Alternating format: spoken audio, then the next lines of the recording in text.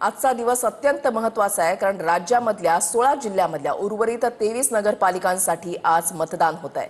स्थगित झालेल्या नगर परिषदा आणि नगरपंचायतींसाठी आज मतदान होणार आहे आणि उद्या मतमोजणी होणार आहे आणि सर्व नगरपालिकांचा निकाल जो आहे तो लागणार आहे।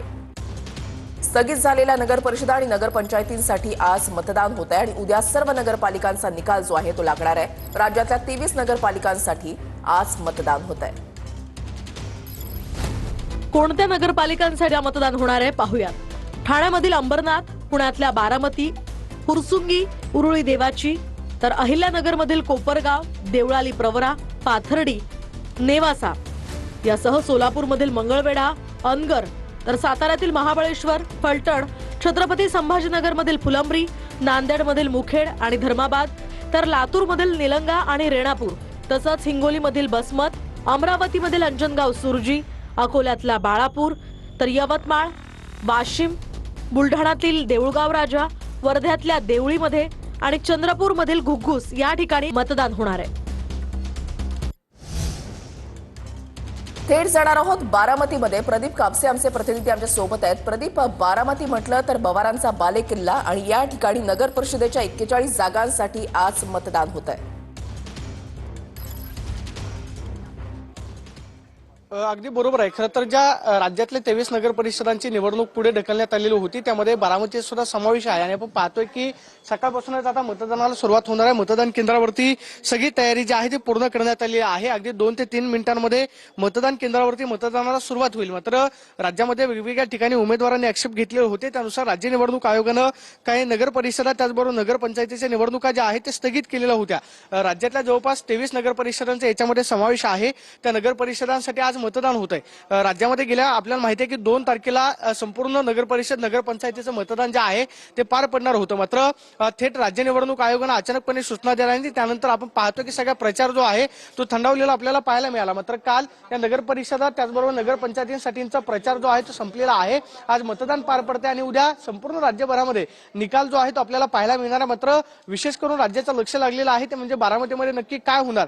इथं युगेंद्र पवार विरुद्ध अजित पवार यांच्या पॅनलमध्ये थेट लढत जी आहे ते आपल्याला पाहायला मिळते। 41 नगरसेवक पदाची जागा आहे, त्याचबरोबर 1 नगराध्यक्ष पदासाठी ही निवडणूक जी आहे ती पार पडते। नक्की काय होणार याचा निकाल जो आहे तो उद्या आपल्याला दुपारपर्यंत स्पष्ट होईल। मात्र आपण पाहतोय की मतदानाची सगळी प्रक्रिया जी आहे ती पूर्ण करण्यात आलेली आहे। मतदान केंद्रावरती अगदी 2 ते 3 मिनिटांमध्ये मतदानाला सुरुवात।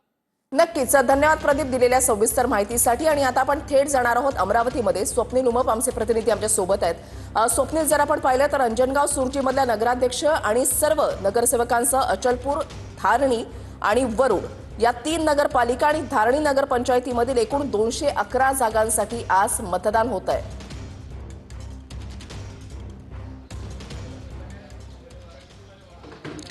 नक्कीच आपण बघू शकतो अमरावती जिल्ह्यामधल्या अंजनगाव सुरजी नगर परिषदेची निवडणूक देखील स्थगित करण्यात आलेली होती आणि त्या निवडणुकीसाठी जर आज आपण पाहिलं तर आज मतदान प्रक्रिया पार पडणार आहे।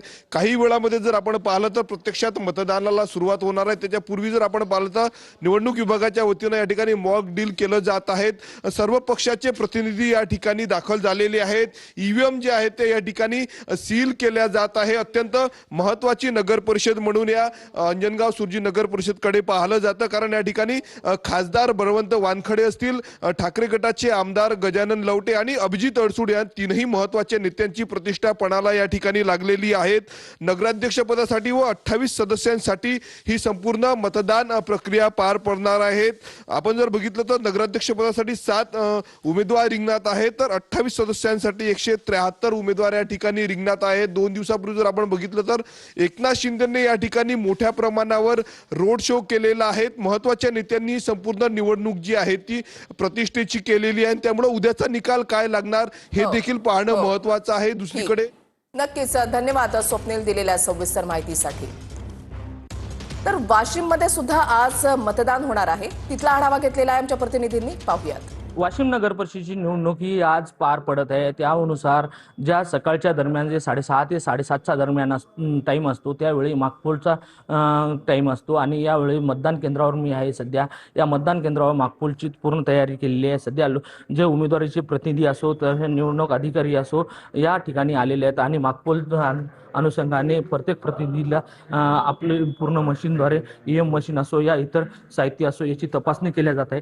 यानुसार मग इथं ज्या ठिकाणी उमेदवाराचे प्रतिनिधी या ठिकाणी असतात, विशेष म्हणजे सकाळपासूनच या ठिकाणी उमेदवाराचे प्रतिनिधी आलेले आहेत. आता हे 7:30 ते वाजता ही मतदान प्रक्रिया सुरू होणार आहे. त्यापूर्वी मागपोलची पूर्ण तयारी केलेली आपल्याला दिसून येते. यामुळे ठीक, नक्कीच ठिकठिकाणचा आढावा जो आहे तो आमचे प्रतिनिधी घेतात.